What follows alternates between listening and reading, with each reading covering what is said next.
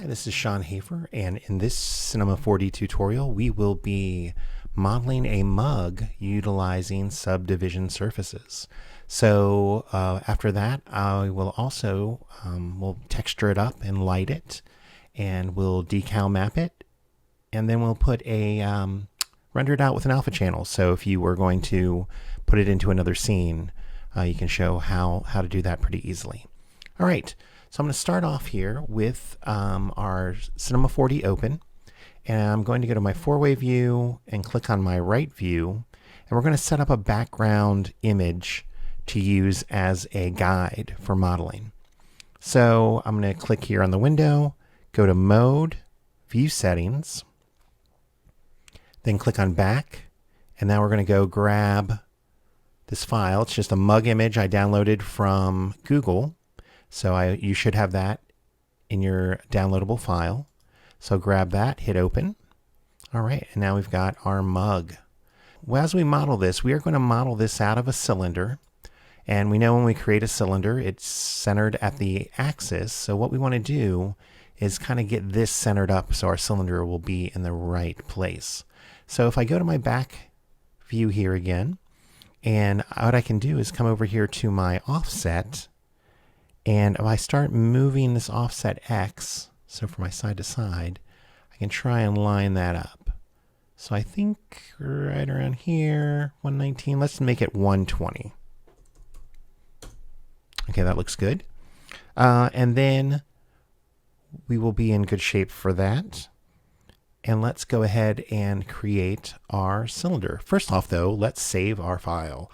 So File, Save As. And I'm going to save it in that same folder just so I have it, and we'll call it SDS Mug Model.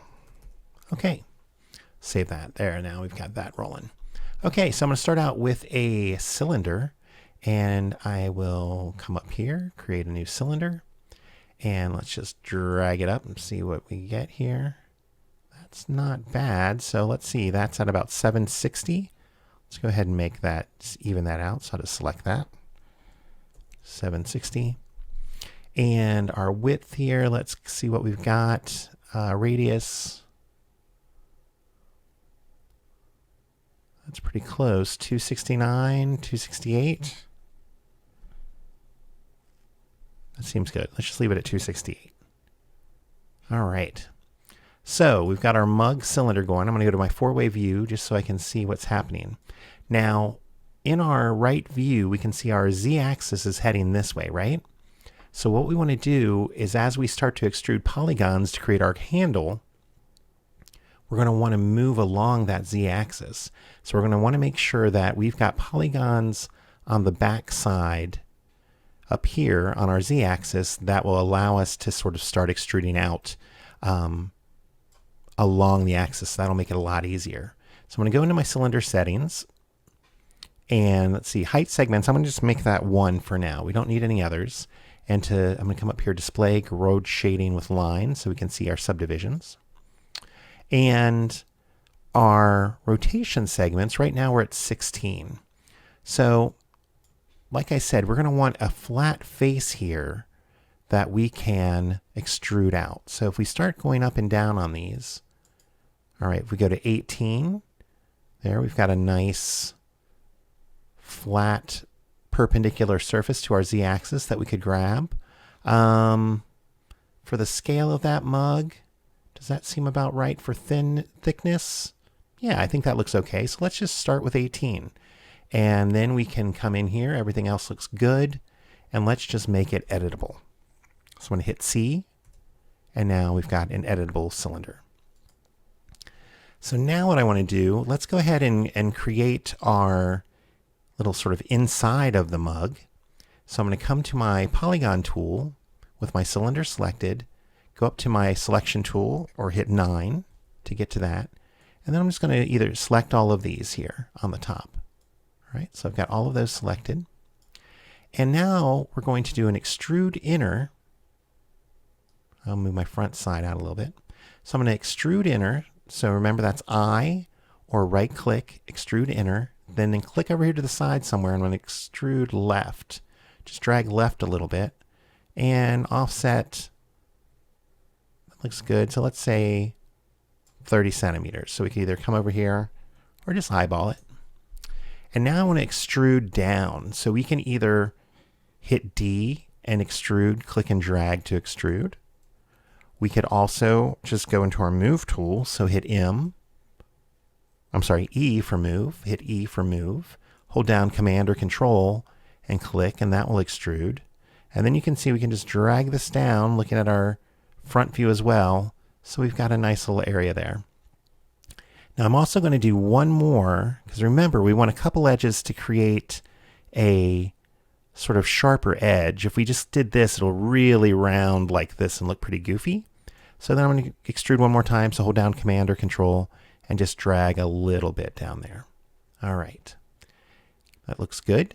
So now we've got our inside of our mug, and we just want to work on setting up for creating the sandal. So let's go to our right view again. We're going to look in here and see what we've got happening. And I'm going to select my object and then go to my polygon selection. So I'm going to select all. Now, one thing we didn't do, which I usually do, is this image is a little overwhelming for seeing what we've got going on.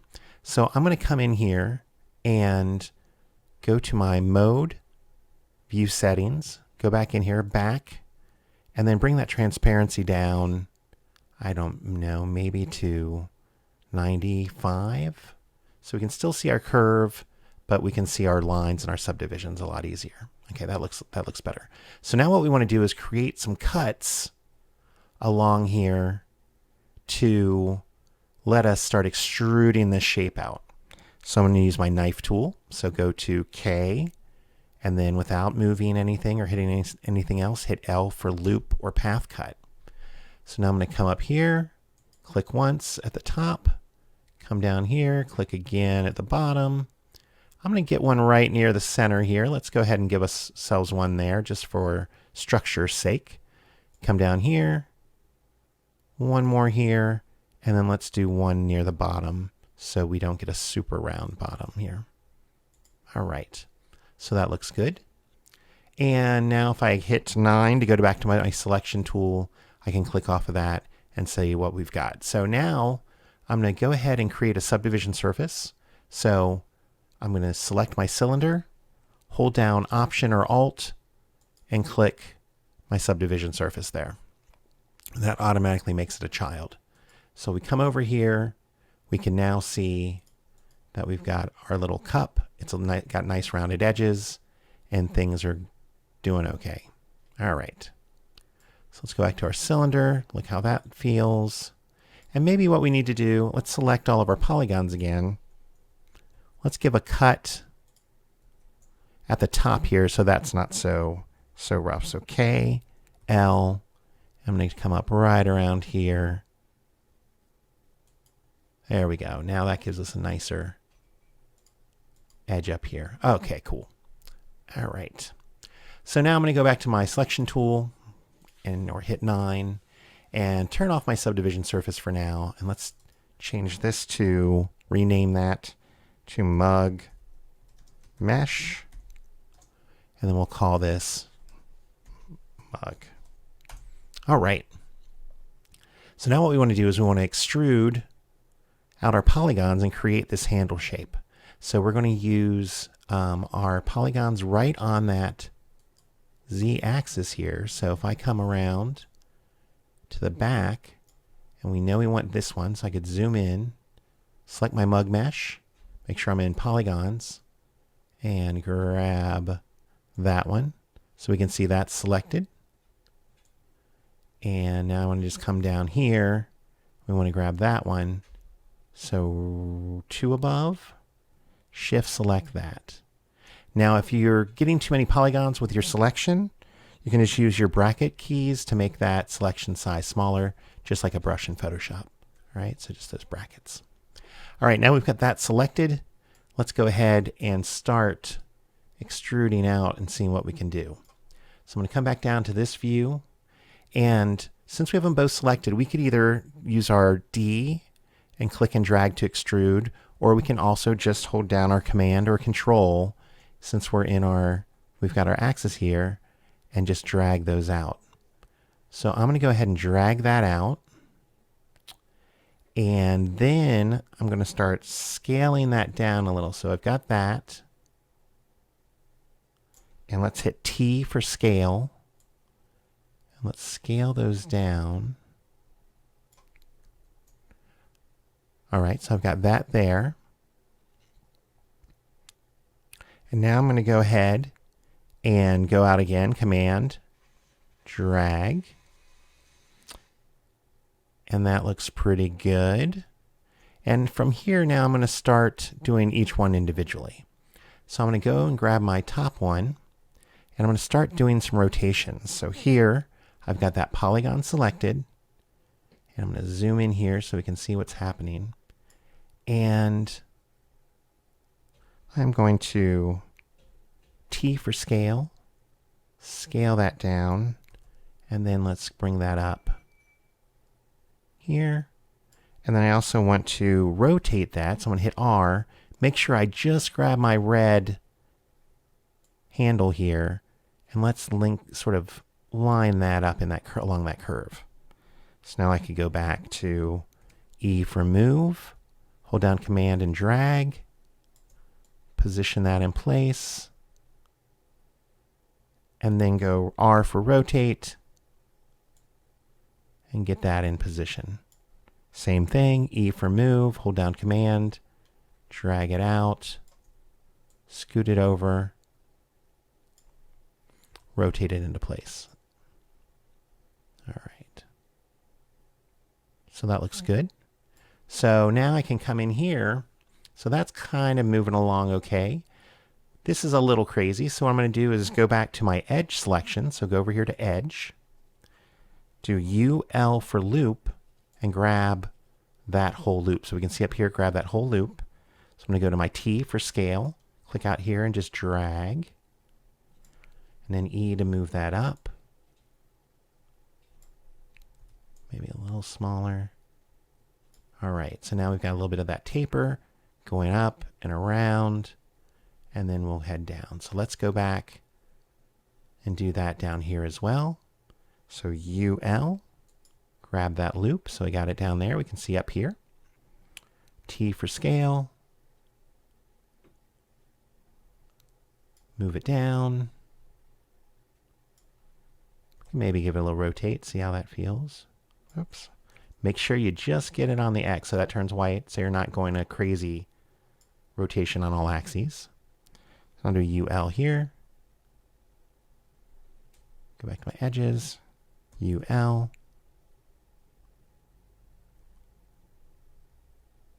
Boop. All right, scale it down. Hit E, move it. And maybe here, rotate that around a little so we can start that move up. Okay. Go back to polygon mode, select that little guy, and now we can continue on. So I could either hit D, extrude out, R, rotate, E, move it up, maybe scale it a little more down. That looks good. And do one more. D, click and drag, extrude it out. R to rotate it around. Oops.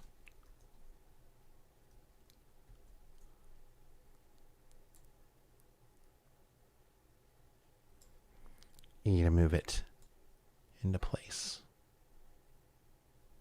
All right. So now we've almost got this done. So what we can do now is use our bridge tool. So I'm going to go up here into this view, grab make sure our mug mesh is selected. We're in polygon mode. Select one polygon, shift select the other that you want to join. Hit B for bridge and go same corner to same corner. Boom. All right, now we've got our handle, turn on our subdivision, and that's looking not too shabby.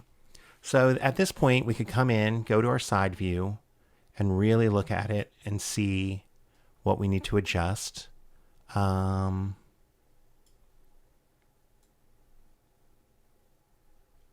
a wireframe. There we can see it a little clearer. And that's pretty good. So, yeah, we've got, these are pretty close. Maybe we'd want to change a few things, but you could just go in, keep scaling, and going that way. So we've got our handle, and we're all one simple mesh. But again, what's nice is if we needed to come in and do anything, big edits to this, it would be pretty easy, right? We've got a nice simple mesh. So I'm going to go ahead and make sure I'm still saving. File, Save Project. And go back to my model tool. And that's pretty good. We've got that happening. So now what we'll do is we'll go ahead and let's create a few materials and we'll render this guy out. So one thing to remember with subdivisions, actually, let me look up here at the top. This is a little thin, I think, for my tastes. So when we did that outside cut, we just got the outside. So let me go back into my mug mesh. Go to all of my, select my polygons, to my KL again loop. And I'm just going to come on this inside and do one right up here near the top as well. There we go. That gives us a nice edge. Cool. Much better. Okay. So now I can get back into that. So we've got our mug, and let's go ahead and start setting up some lighting. So in this case, we're just going to render this out with an alpha channel. So maybe we're going to composite it in Photoshop or use it in an ad, something we don't want to take the time to have to select this out of a scene. So now that I've got my mug here, I'm going to go ahead and come down here and double click and create a material. We'll name this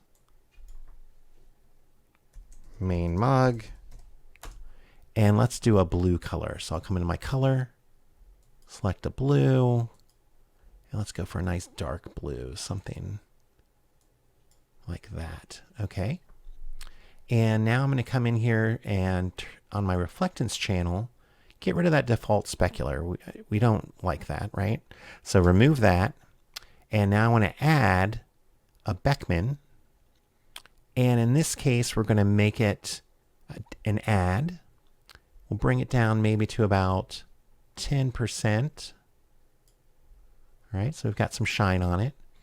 And we want to bring down our specular strength maybe to 5. Our roughness, let's make it really shiny. So let's get it down to about 3. And we'll do our reflection strength maybe to 75, somewhere around there. Okay, so we've got that going on. I'm also going to turn on layer Fresnel. We'll do this Fresnel. We'll do a conductor. And I'm going to do custom and make this, let's do aluminum. There we go. So we've got some Fresnel on there, so our edges will reflect a little more than our main angle. So we'll try and see how that goes. Okay, so we've got that on. That sounds great. Now let's drag that onto our mug mesh, and we've got a mug. Now, one more material here. Let's go to material, double click it. This will be our label we're going to stick on there. So I'm going to go to my color channel, and in my texture, click on my little ellipses, go to that folder. We're going to grab cm.psd. So this is just a Photoshop document I created. It has a transparent background. And so load in the PSD, that's fine. Now we want to make sure that this background is cut out. So we need to go into our alpha channel down here, turn that on. And in that alpha, I want to go ahead and load in that same PSD, or I can come down here to bitmaps since I've already loaded it once, and that'll show cm.psd. Now if I click on this, we can see we've got our image. There's some options we can have for like sort of anti-aliasing along the edge. Now with a PSD document, what's nice is you can go ahead, hit layer select or layer set, and then you can see by turn on show layer content, any of your layer options. So if you have layer masks, if you have alpha channels, just the layer alpha, so that's what we're going to do here. You can also do generate alpha from that, and we can see that we've got it there. And then we can hit OK. And now we've got our alpha channel. That's just our circle around there, creating our transparency for our background. So we get that round texture only. Okay, so that looks good. Let's go to reflectance. Turn off, again, that default specular. Let's get rid of that. Add a Beckman. Let's give it a little more of a matte vibe. So make it an additive. Maybe bring that down to 8 or 9%, 10%. Bring the roughness up, I don't know, 50%. Flexion strength down, and bring that specular strength down as well so it doesn't blow out. All right, so we'll see how that looks. It just gives us a rough little matte finish for our sticker. And we'll close that down. So now what we want to do, let's go ahead and grab that material. I'm going to go up to my model tool, grab that material, and we're going to drag it to Mug Mesh. Now, it looks really zany because right now, by default, it is mapping using UVW coordinates. And what we want to do is map this. Since this is basically a cylinder shape, we're going to map this cylindrically. So I'm going to select that object, or that tag, come down here into my Attributes Manager, and I'm going to go ahead and look for my offset U and offset V. But first off, I'm going to untile this. So uncheck tile. So we don't want a bunch of tiles. And then in projection, instead of UVW mapping, I'm going to go to cylindrical. Now, if I come over here and look at my texture tag here, you can see that's now changed to a cylindrical mapping. Now I'm going to go back up to my object tag, and I've got my material selected. I'm in cylindrical mode. I want to turn off tile. And now what I need to do is start sizing this up. So maybe what I'm going to start with is length 25, length V 25. Okay. So now we can see we've got a smaller size, but it's squashed. But now I can use my offset and put this where I want it to be. So I can offset this, and that's rotating it around the surface. And then I could start coming in here and eyeballing where that needs to go. So I'm going to go to my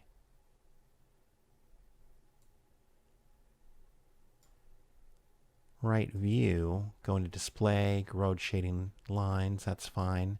So now we can see that exactly on the right side. And now really let's get this to look so it looks like it's set up. So here we go.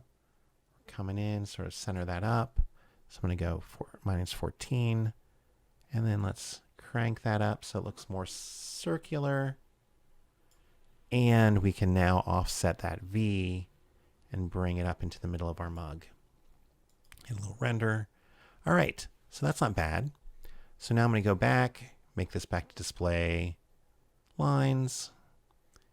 And oops. I'm going to reset that view. If you ever accidentally rotate on one of these views, you can always go to View, Frame Default, and that'll get you back to where you want to go. All right. So now that we've got this set up, now you saw when I rendered that, it's got a little bit of a white halo here. That's just our anti-aliasing. So if we go into anti-aliasing in our render settings, click on that. If we go down to best instead of geometry, that'll give us a cleaner edge.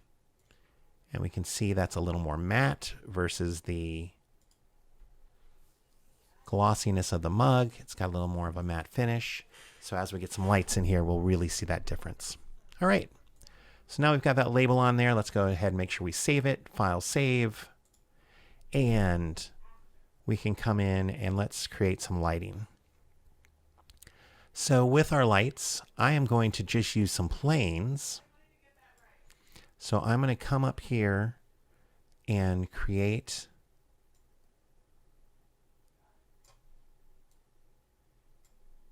So I'm going to come up here and create a plane, bring it up, and let's scale it up. This is going to be our overhead sort of softbox. Get a nice big softbox there, and I'm going to move that up above. Let me zoom out some, see how that looks. That looks good. And let's get that up here. and we'll call that overhead.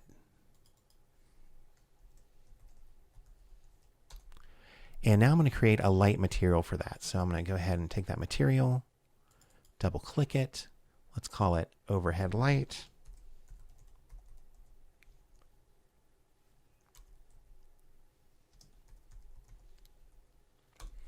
Turn off our color channel, turn off our reflectance channel, and just turn on our luminance channel. And let's go ahead and take that luminance and we'll leave it as is at 100% and drag that up on there. Boom. So now we've got a little light. So if we hit render, we're not going to see much. We're going to see reflection of it.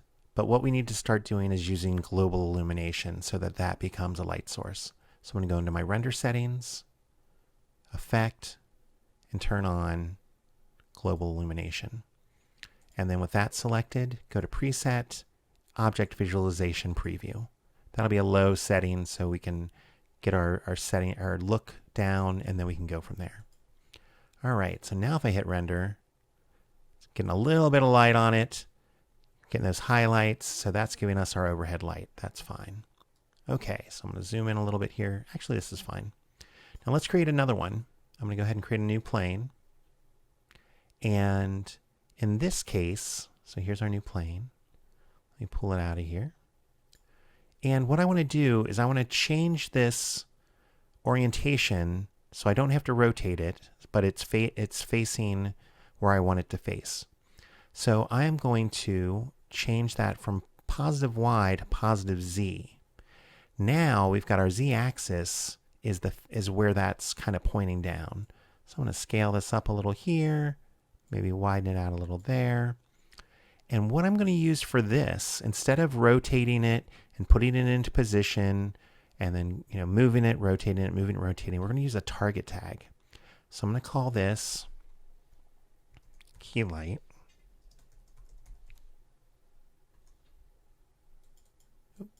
Key. And I'm going to right click on that, or and we can just go to tags here. Tags. We're going to go into animation tags, the first one, and select target. So what a target tag does is it allows us to align the Z-axis towards a target. It'll always point at that. And we just need to select that tag, say what our target object is, so we can say, I want it to be my mug mesh. And now you can see that is pointing at it. If we take that key light and now we start moving that around, go to my move tool, it is always going to point at that mug. So as we do that, we can go to our top view, our four-way view, and we can start setting this up pretty easy. So I know I kind of want it over here. And let's create a key light material, separate one. So I'm just going to come up down here, hold down Command or Control, drag out, double click it, call it key light. And now we'll drag that onto our key light. So now if we come in here and zoom in, hit a little render. All right, we're starting to get a little light over here. We're starting to, we've got our overhead light giving us a little reflection and illumination on the top. All right, and so let's go ahead and duplicate our key light. Control C, Control V, and we'll name that fill light. So that's our fill light. And with that selected, now we can go ahead and drag that to the other side, right? Somewhere over here. And maybe our fill light, we want to go with a more of a taller strip light.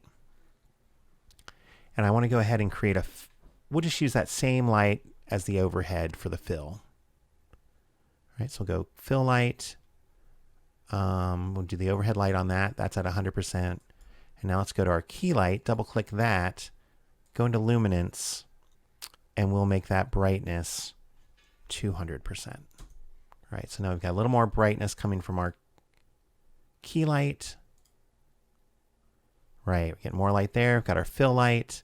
We could scale this up if we want. All right, so think about scale of what your studio lights would really look like. Again, as we move that up and down, we can get more of that reflection on there. So we've got the brighter versus the softer. All right. Now, that's looking pretty good. So let's get in here where we want to get our view. Now remember, we might have some of these lights in our way, and we don't want that to happen. So I'm going to take all three of these, shift select them, right click, go down to render tags, and do a compositing tag. Now with all three of those selected, shift select them, turn off scene by camera. So now when I render, that one will vanish, but we still get our reflection and we still get our light. So I'm going to go ahead. I like this thick one over here, but I'm going to move this fill light a little to the edge to get a little more of that edge light. So I'm going to go to my fill light and move it over a little bit more to the side, so I can really get that edge light. Let's see how that looks. There we go. That's looking a little better. I can move it in a little if I want. There we go. That's looking good. Okay. So there's our fill light, our key light. Maybe I'll take our key light and move it just a hair over. I still want it crossing over our label a little bit so we can see that there's a materiality difference. It's not as shiny. So I think that looks pretty good. All right. So now that we've got this happening, another thing is sometimes, you could always come into your materials and keep changing your luminance values, bringing up your, if I come into here, into the illumination tag, I could generate strength up higher, etc. But what I'm going to do here is use my physical camera. So let's go into our render settings, go from renderer standard to renderer physical, and we'll select that. And instead of a low, let's go to something like medium. That seems fine for now. Now that'll slow down our render a little bit, but now we're using our physical capabilities so we can use our physical camera. So I'm going to get my view and I'm going to create a new camera by clicking here, new camera, and I'm going to come up and click the little box to say make this the active camera. So at this point we're using this camera and we are rendering that out. Okay, that looks good. Now in this camera settings, since we're in physical, if I click on the camera, here's where we could change everything like our focal length. If this was, you wanted a wide angle, you can make that super wide. If you wanted to zoom and move it back to straighten out your lines, you could do that. But in this case, what I want to do is go to my physical tab and turn on exposure. So I'm going to go ahead and turn on my interactive render region just so we can see what that's looking like. Okay. And if I start cranking my exposure up, so this is just like my ISO, you can see now that's sort of doubling our amount of light, right? So if I come up here now and render, we're getting a lot more light. So you can use this just like exposure on a camera to really create some of that look you're going for. So now in that case, my fill light or my key light is a little hot. I kind of like the way the rest of this is looking. So on that key light, I'm going to come back in here, go to my luminance and bring that back down, maybe just to like 120. There we go. That's looking better. All right. So now we've got some lighting happening. We've got our nice reflections. We've got this one kind of wrapping around to give us that modeling, getting that view here. Maybe I'll go a little bit up so we can see inside our mug. Get a little better view. Okay, yeah, that looks nice. And maybe that's our image we want. We could always add a little fill light, just a real light if we want, by popping in a little light here and moving it forward. And bring that down. So maybe here we'd want to make that something like 50% and give it a little bit of, throw some shadows on, maybe area shadows just in case. And throw on a little the details, make sure we've got our fall off on. So inverse square. And that way, as we kind of open that up, we can get a little bit of light, but it's falling off throughout. All right, let's see how that looks. And what I'm also going to do on visibility, that's fine. I'm going to turn off specular on this. So the reason why, you can see when I have specular on, we're getting that little bit of white pop from this light, and I don't really want that. I just want the illumination from it. So I'm going to turn off that specular. Now when I render, I get a little bit of fill light, but I'm not getting that specular highlight. All right, I like this. This looks good. So now what I could do, that's framed up. Save it one more time to make sure we've got it where we want it. And I'm going to turn off my interactive render region. And we are going to render this out with an alpha channel so we can put it into Photoshop. So I'm going to go to my render settings. Again, let's go to physical. I'm going to take that up to high. I'm going to go to my global illumination, change that from object visualization preview to object viz high. All right, just so we can, we're only doing a still, so this should be fine. I'm going to go to my output, and we're going to do, let's see, current frame, that's perfect. We're going to do 1280 by 720, that looks good. Everything there is fine.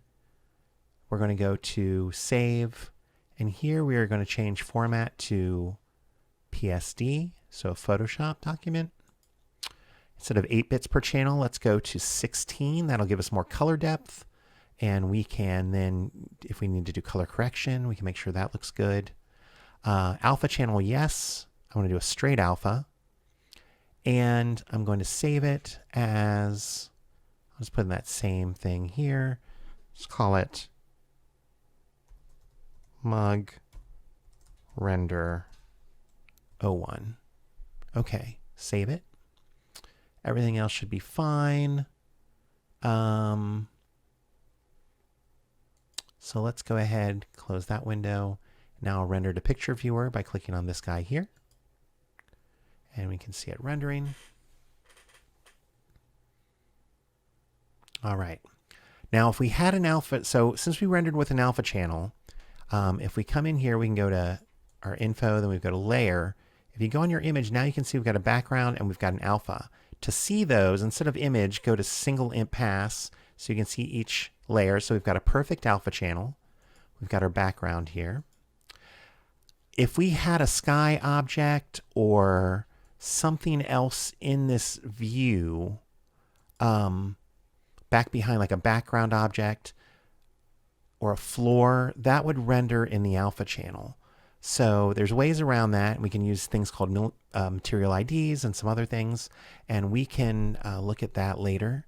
But for this will be fine. We've got nothing in the background, so we've got a clean alpha. So I'm going to close that, and let's open up Photoshop. File open. I'm just going to open that file I just did, Mug Render PSD. Open it up. All right, so we can see we've got it here. Call this mug. And now if I go to my channels, you can see we've got an alpha channel down here, and it's right in there. It's perfect. One way to select it, you can just go ahead and do your marching ants. Go back to RGB, come over to your layers, make sure that's selected, and you can either select inverse, right? And then just hit delete. And now you've got a super clean mug. You could also paste it, cut it, copy it, paste it into a layer mask, etc. All of those fun things. But now we've got our mug. You can come in here, do your color correction, do any of the things you want to do inside of Photoshop.